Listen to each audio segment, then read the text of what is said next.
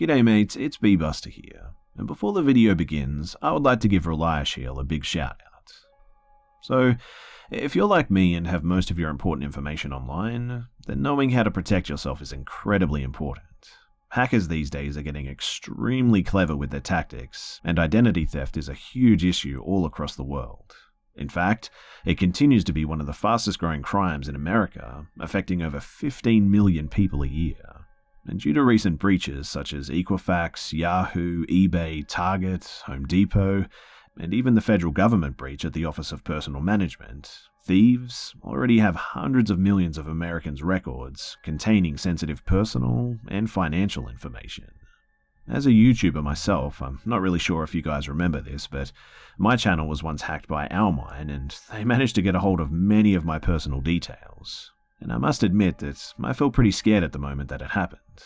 Thankfully though, companies like Reliashield exist to mitigate against these sorts of attacks where we're most vulnerable. Unfortunately, completely preventing identity theft is pretty much impossible. However, with Reliashield's sophisticated monitoring and alerts, you may be able to prevent becoming a victim or even stop identity theft shortly after it begins in order to minimize the severity of the damage. Additionally, if you do become a victim, Reliashield's team of recovery specialists will take over all of the work to restore your identity. And lastly, you'll have peace of mind with Reliashield's $1 million stolen funds and reimbursement coverage. You can cancel at any time that you wish, and they also even cover children for free when you subscribe to their family plan. I'll leave a link in the description just below this video for you guys to check out if you're interested. You'll get 10% off for the life of the plan by using it, and also, just to be completely transparent with you guys, it is an affiliate link, which basically means that I just get a small cut of the sign-up revenue. So, if you do choose to sign up with my link below, it will also support me to continue what I'm doing here as well. I do hope you guys check out Reliashield's generous offer, and without further ado, let's begin.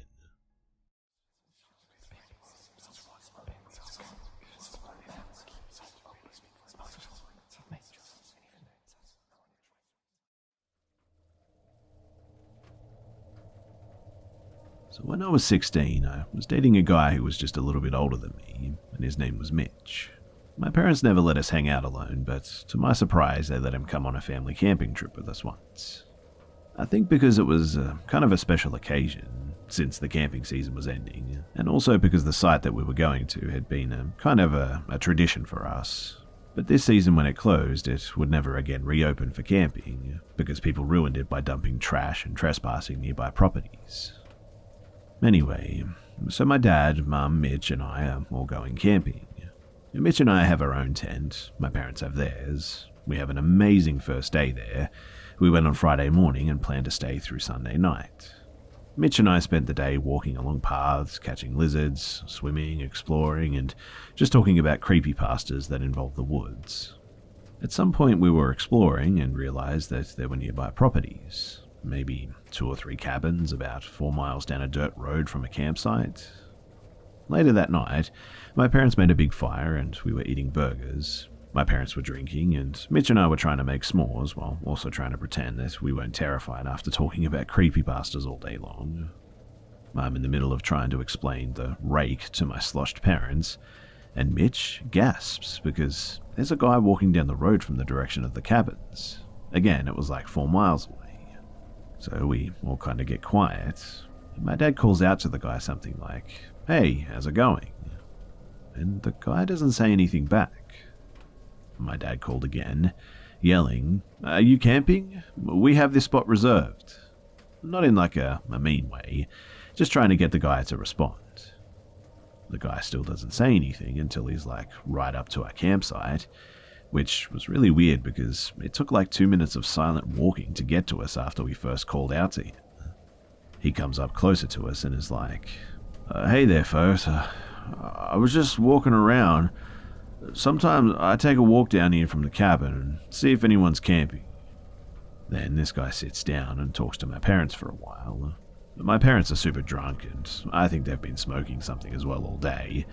I didn't know this at the time, but when I was older they told me that they were pretty big potheads my whole childhood, because they were surprisingly chill with this strange man appearing and were really friendly.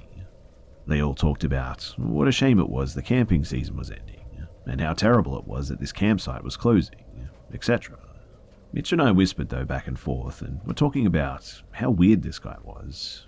How weird it was that he walked this far, didn't talk at first, and just invited himself into our campsite. But then we started noticing other things. Mitch pointed out that the guy's zipper was down, and he had some lengthy cargo shorts and his boxers were poking out. And then I pointed out that in this entire interaction, the guy had been there for maybe 10 or 15 minutes now, talking to my parents. He hadn't even acknowledged us with a single word, despite sitting across the fire from us and continuously looking at us. Then we both noticed how the guy was sort of mimicking my parents. He went from being sort of drunk to sober, then to acting like he was drunk. He started slurring his words, getting a bit wobbly, laughing, which sounded very strained, and being just generally louder. Mitch and I were so freaked out, in fact, that we'd been talking about all the creepypastas all day, and this encounter felt like a creepypasta, and the guy kept getting stranger and stranger, and there was just no way to say something to my parents without him hearing. Mitch and I eventually stood up and walked a few feet behind us, over to the cooler, and pretended to get out some stuff to make some hot dogs. And as soon as we had backed off a few feet, the guy switched the convo to talk about us. He asked my parents if this was a double date, and they explained that I was their kid and Mitch was my boyfriend. He asked how old we were, and they told him I was 16 and he was 18. He asked if we were good kids, and they said yes. Then he asked, well, where are they going to be sleeping tonight? I froze and looked at Mitch, who had reached out and squeezed the heck out of my forearm in fear, and was staring at me wide-eyed. To my drunk, maybe even high parents, this question didn't seem weird enough to even pause. The guy was still pretending to be drunk, and he was really playing it up at this point, nearly falling off the tote that he was sitting on. But my parents were laughing, mind you. Yeah, we got them their own tent. The guy said something like, oh wow, that's really nice of you guys. That'll be an experience for them, right? I can't explain it, but the way that he said it was just really sexual. I think this too was when my parents kind of clued on to the weirdness. I looked at my mum, who looked kind of slack-jawed and uncomfortable, and was staring at me with a quizzical look. The guy kept talking, asking them, well, I see one tent, where's the other one? My dad was still talking to him and could barely keep his eyes open at this point. He was so out of it. My dad motioned towards my parents' tent and said that was theirs, and then threw his arm back super exaggerated in the direction of our tent, really not very far at all, and was like, and theirs is way over there. The guy perked right up and actually stood up a bit, and pointed to their tent and said, oh, so that's your tent? And my dad agreed. And their tent is in that direction? And my dad agreed again. At this point, I was actually shaking my head at my mum, and she looks pretty sobered up all of a sudden. The guy keeps talking to my dad about the tents and about how we can't see Mitch and I's tent from there, about how it must be pretty well hidden or very far away, and that's so nice of my parents for letting us have some alone time, etc. Mitch and I say that we're going on a walk, and despite the woods being pitch black and us being creeped out, we got out walking down the trail the guy happened to come from. We get far enough away not to hear them and can barely see the fire now, and we pull our phones out to see if we have call signal, and of course we don't. I'm being super dramatic, and I type out and send my friend a long message describing the situation, the date, the time, the description of the guy, and that I love her, and my phone gives me the message that it'll send it when it finds service. The whole time I type, I'm reading it out loud to Mitch, and he's telling me stuff to add. We try to psych ourselves up and start walking back to the campfire, and when we do, the guy is gone. But I thought maybe he was just peeing, so I whispered to my mum asking where he is, and my parents are both like, he went back to his cabin a bit ago. He didn't pass on you on the road, did he? We're just like, what?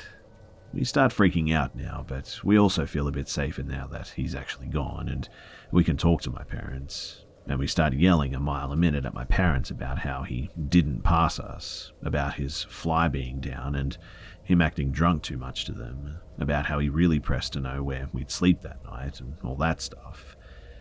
My mum agreed with us and said that she noticed that too, and it did freak her out as well. My dad was pretty trash though, but said that he got a really creepy vibe from the guy. Mitch and I stayed with them though, and we talked about the guy and how freaked we were for about another hour, and then my parents wanted to go to bed. Mitch and I went and ran to our tent, and we basically just hauled ass with the whole tent and all of our belongings in it getting thrown around, and we slid it right up next to my parents' tent. And we couldn't sleep all night long because every crunchy leaf made us think that the guy was creeping up on us.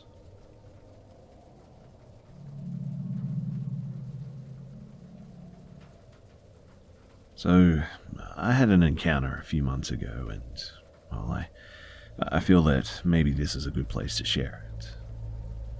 I was sitting in my living room watching TV around 8:30 p.m, and it was already pretty dark outside. All of a sudden, I hear knocks on my door, so I get up to see who's there. No one that I know ever knocks on the door, they just walk right in. But anyway, standing on my porch are these three guys. Just one look at them, and I was freaked out as well. They seem like almost caricatures of humans, but ones that walk straight out from an abyss and onto my doorstep. I keep thinking about Mad TV Kid, you know? But they were dressed up like Mormon boys in suits, and their name tags only said Jesus Christ. They never introduced themselves, and they kept asking for people by name, which I don't know how they knew anyone's names from here. And honestly, I really just can't convey how uncomfortable they made me feel. I can barely remember their faces now, but one guy in the middle was just sort of staring and smiling the entire time. I don't know how, but my instincts were telling me that something was very wrong. I never opened the door fully, and I got out of the conversation by telling them that I was cold and didn't really feel like talking. And I haven't seen or heard of anything about them since then. It's been months now, and still just thinking about it though makes me sick to my stomach.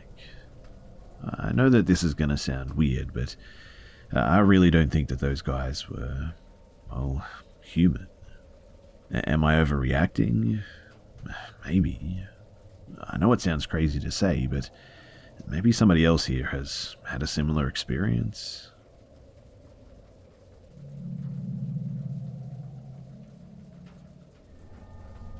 This is a bit of a long one, so strap yourselves in. I've always been borderline obsessive about locking my doors.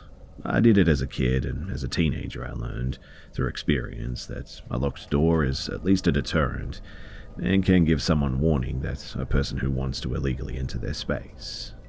It's something that I'm known for, in fact. Even at social gatherings, I'll lock all the doors behind me when I come in without even thinking about it.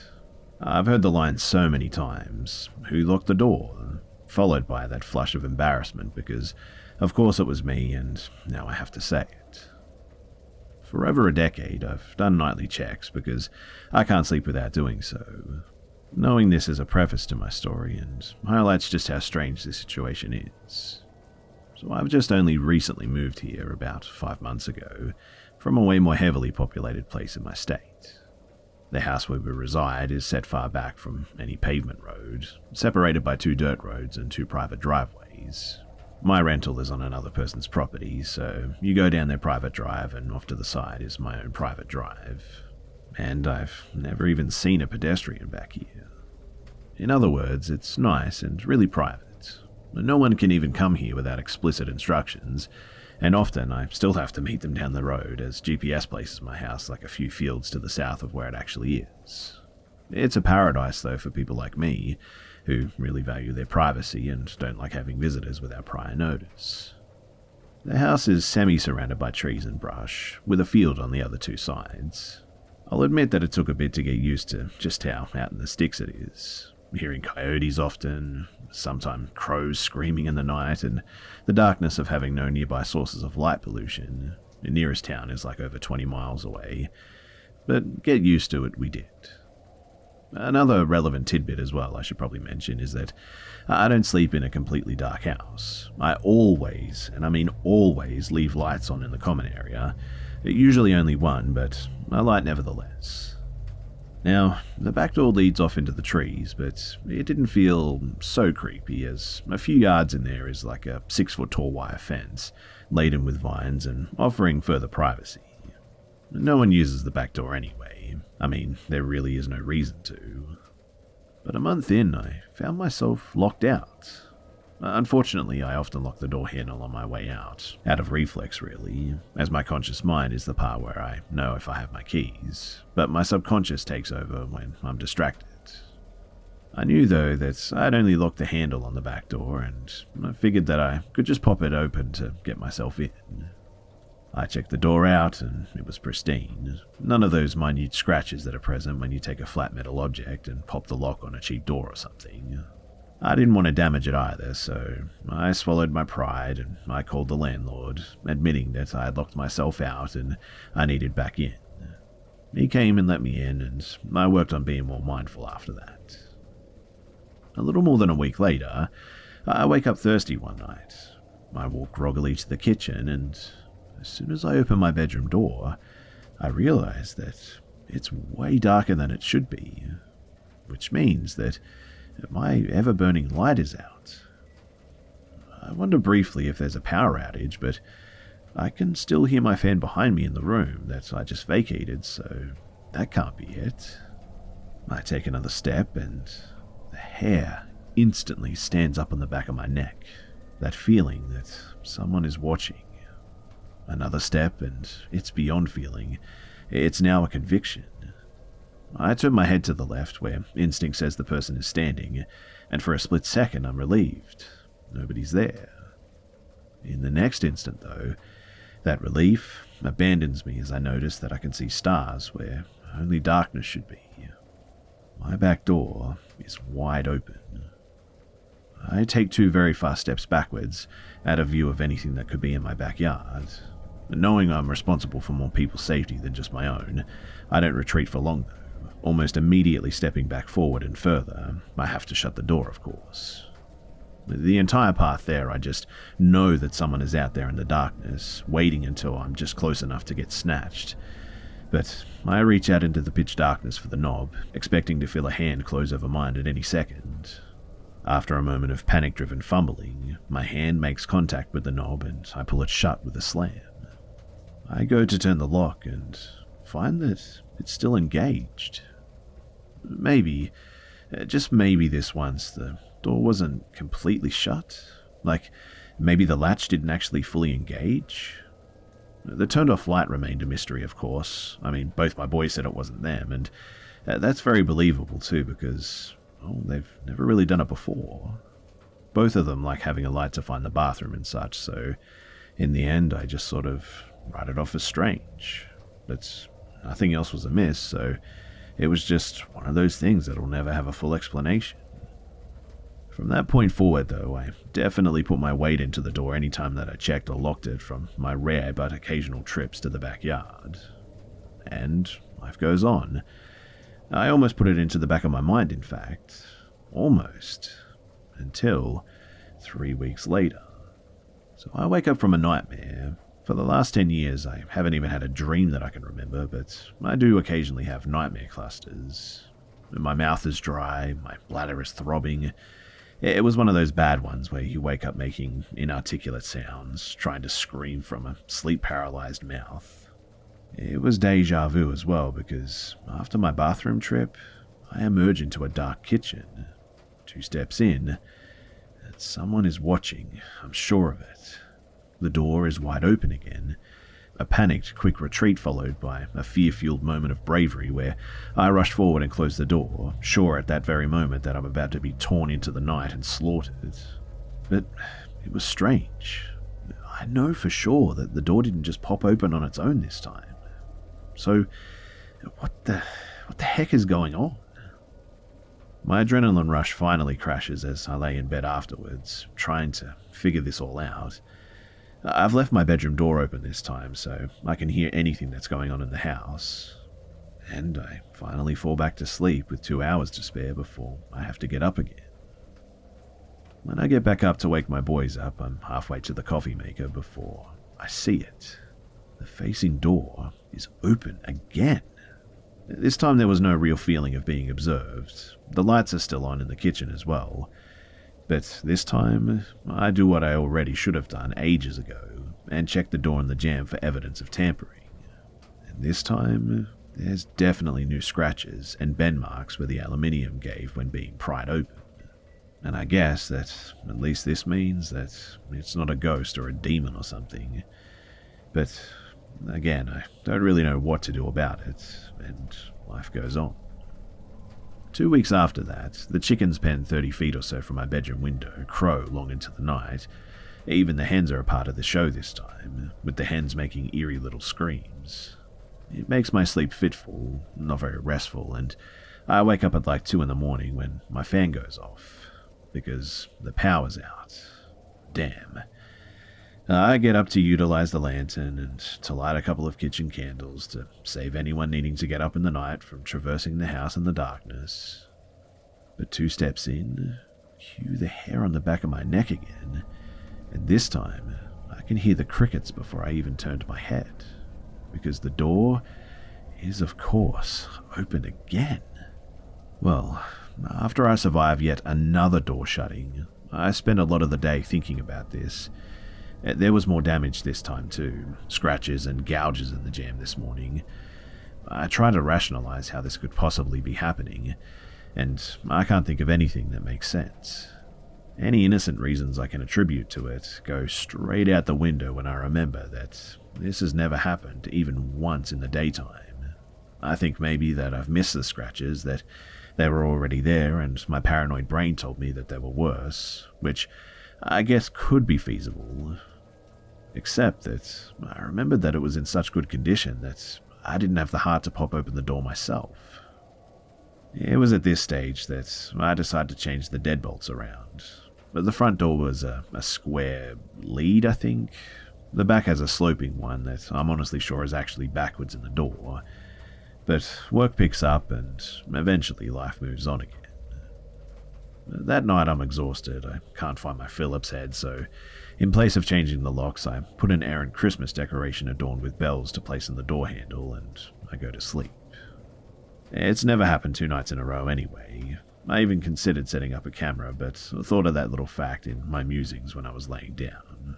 Plus, to be honest, I'm honestly a little bit scared to actually see what it would catch.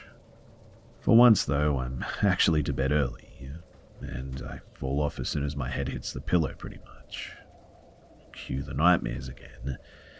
This night, I wake up for the first time at midnight on the dot. And yet again, dark kitchen, back door open, scary as heck.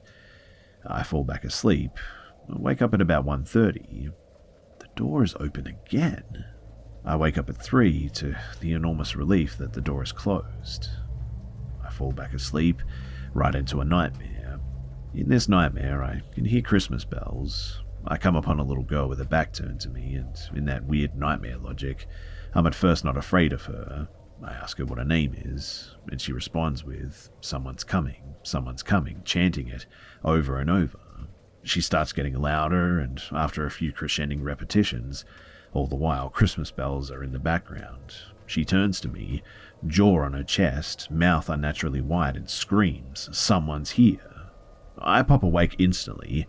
It's 5, and a false dawn shines faintly through my window. I immediately get up to go and check the door, and, of course, the kitchen is dark, and the door is open yet again. But surprisingly, this time there was no feeling of being watched.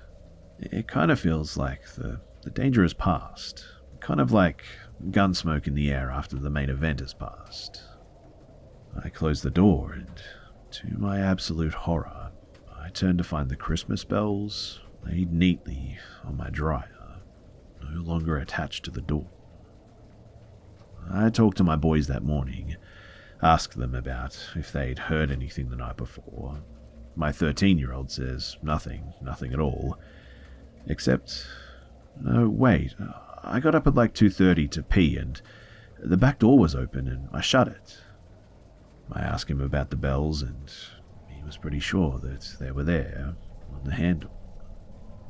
I switched the locks that day, and a few days ago there was more damage to the door, but so far the lock seems to be holding. It wasn't long after that, too, that I set up the camera and waited. One night after I fixed the lock there were more scratches on the door, like someone tried to pry the lock again. The camera picked up nothing, and unfortunately it doesn't pick up audio, so there was nothing to really go on. And I think about 2 weeks after some of the last strange occurrences, I had left my bag in my car with my allergy meds and nasal spray inside. I woke up in the night and couldn't breathe through my nose because I was getting a cold. I went outside through my front door and walked around the side of the house to the carport. I have one light out front, but it's just standard porch light, so it doesn't reach very far. The edge of a pretty dense group of trees is about 30 feet out from my door, I would say. It only stretches about 20 feet across, as there's a driveway on one side and a clear field on the other. But as I was walking out, I heard some movement in it, I'm sure. At first I wasn't very concerned, as I live out in the country after all, and it's not uncommon to hear animal life out there. Most of them won't approach people, but I did note it and looked in that direction. The combination of low light, density on the trees, and brush made trying to see what made the noise pretty futile, but I just didn't see anything. So I reached into my car and I grabbed my bag and walked back towards my house. But then the noise repeated, and this time it sounded an awful lot like a heavy bipedal animal. I stopped near my stairs and turned to try and see what it was, but as soon as I looked, the noise stopped. I could have been wrong, but it was strange that the looking halted the noises, like whatever was out there was watching and saw me look and stopped. So I said, hello? Is there anyone out there? Nothing, just silence. I stood there looking for a minute, goosebumps all over. I yelled again, but there was nothing. What made it worse, though, was that there were no insect sounds either, which I'm sure was not part of it, but really creepy nonetheless. For a solid minute, I just sort of looked, trying to will my eyes to see whatever was the cause of the noises. I turned to walk up my stairs, and whatever, or perhaps whoever was out there, took off in the opposite direction. I'm quite positive that it was a person, because it went through the brush away from me at first, but within a few steps it had broke to the left for the darkened driveway on that side. What I am certain of, though, is that it was definitely someone or something on 2 feet, and it was heavy. And I can tell you as well that the sound of those running footsteps will stay with me for a long time. And boy am I glad that they were going in the other direction. The next day as well, I went and checked my dirt driveway, and yep, there were footprints. But there were others among them from this work crew that had happened the day before. In my neighborhood, there's a group of people who live there that grades the roads and does like tree work and stuff. It's needed and appreciated because even a slight storm here can knock down road-blocking branches. I even go out and help sometimes because it's quite nice to do it. Now, there were a few sets, of course, but one set in particular looked really fresh, had a wide stride, with divots from pushing off at speed by the looks of things. Once I got to where the driveway met the dirt road, there was no way to trace where they had gone. Of course, by then the prints had already been obliterated by the tire tracks of early risers. As far as evidence goes, it wasn't much, I know. I mean, they could have been made the day before, so who knows.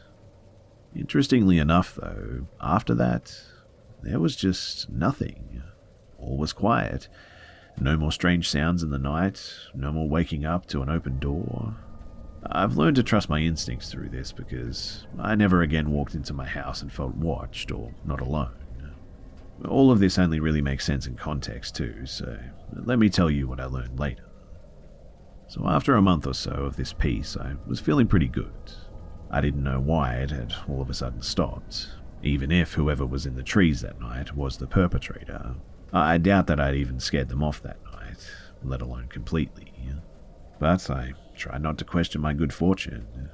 I was curious, though, as to what had actually happened. Why had any of this happened at all, in fact, and what was the goal here? Why did it all of a sudden feel as if whatever cloud I'd been living under was lifted? I truly believed that every single time I felt watched during that time was legit now. I mean, it wasn't just me, because I felt it when it was gone, and it's too much to be coincidental with the timing and all that.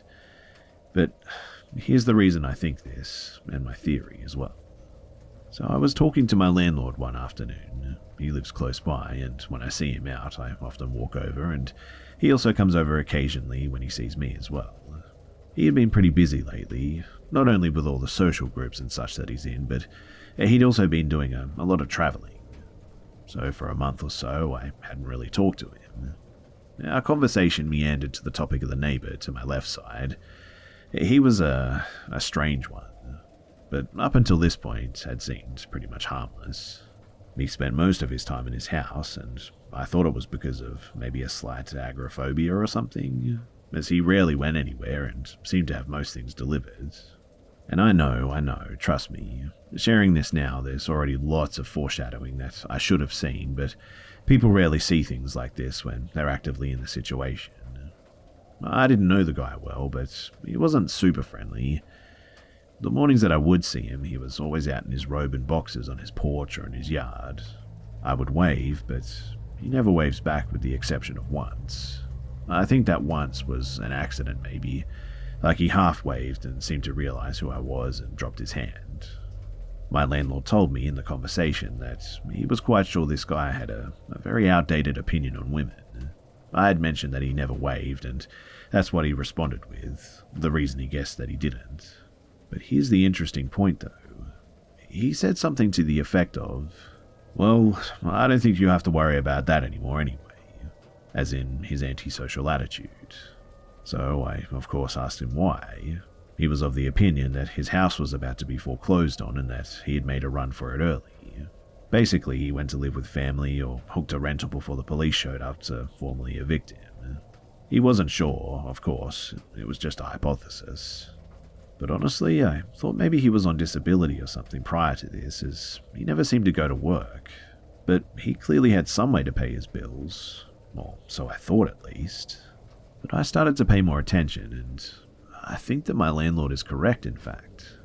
But the sheriff's office showed up with papers one day, but as far as I've seen, no one came to the door. His yard isn't overgrown, but it's mostly shade and covered with leaves. Besides, no one really has to cut their grass due to the weather at the moment. I don't know for sure, but the house does feel empty. There's also a tent that has been set up in the backyard for about 2 months now. Some people don't take very good care of their things, but up until a few months ago, I wouldn't have thought that that was in character, as he did take care of his yard pretty well and kept all of his tools properly housed. A good indicator would be a vehicle, of course, but I never saw a vehicle there to begin with. It could have been in the garage, though, so I'm not sure if he was just careless or always put his car up or what. But today, I'm actually going to go up there. I'm going to knock on the door, and I hope he's not laying dead in there, but I would really think that I would have smelled him by now if so, even with the cooler weather. Not to be morbid or anything, I just have to consider it as a possibility. After all, I haven't seen him since a day or so before the tree footsteps, which is strange, I'll admit, but I really just don't know at this point. Anyways, the leading hypothesis in my mind is that it was him. I can't speak for motive, though. Maybe he was working himself up to do something worse, or maybe he was just trying to scare me off, or maybe he had some type of mental issue and the whole thing was a part of a plan that I'll never understand, or maybe he just wanted money. I don't know, but what I do know is that ever since the time near when it's guessed that he took off, I have had zero issues. For instance, I haven't come home to an empty house with the feeling that someone had just left. I haven't had very small things come up misplaced when I swore up and down that I put it where it no longer was. Obviously, no waking up in the night swearing someone was just staring at me, only to look out my bedroom door to a pitch-black house with an open back door. I didn't even know that he was gone, to be honest, but there has been a noticeable atmosphere difference. The feelings change was subtle, and since I had no idea what the cause was, I couldn't say for sure what was different. All I do know is that I went from desperately wanting to move to getting pretty comfortable in my own home again. Anyway, I like to think the best of people, I really do, so even though he was considered a suspect, even when I shared the original post, I thought it was possible. It just seemed sort of so outlandish. The one thing was, though, is that, as I think I mentioned before, there's a camera that sees part of my property that doesn't belong to me. And coincidentally, the problems were occurring in the side of the yard that the camera couldn't see. While a simple recon would show the camera for what it was pretty quickly, there's a red light on it, which is very visible at night, which to an outsider would immediately scream camera. Anyone breaking the law would be wary of it on sight. But a neighbour would know even better where the weak spots were in a house, which for me is anything beyond the house's front.